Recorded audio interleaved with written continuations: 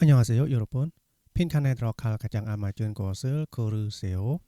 សូមជ្រើសរើសអ្វីដែលត្រឹមត្រូវជាងគេដាក់ចូលទៅក្នុងចន្លោះ 가 한국어 능력 시험 보고 싶은데 접수가 언제까지예요? 봐. 시험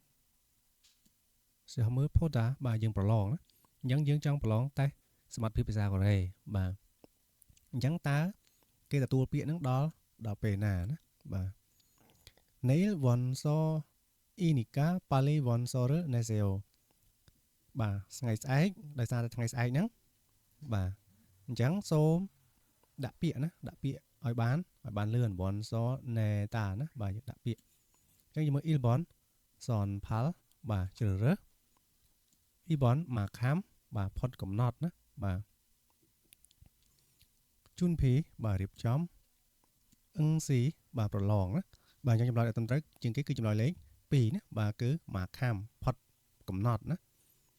បាទអញ្ចឹងដោយសារតែថ្ងៃស្អែកហ្នឹងគឺជាថ្ងៃផុតកំណត់នៃការដាក់ពាក្យឯងអញ្ចឹងសូមដាក់ពាក្យឲ្យបានលឿន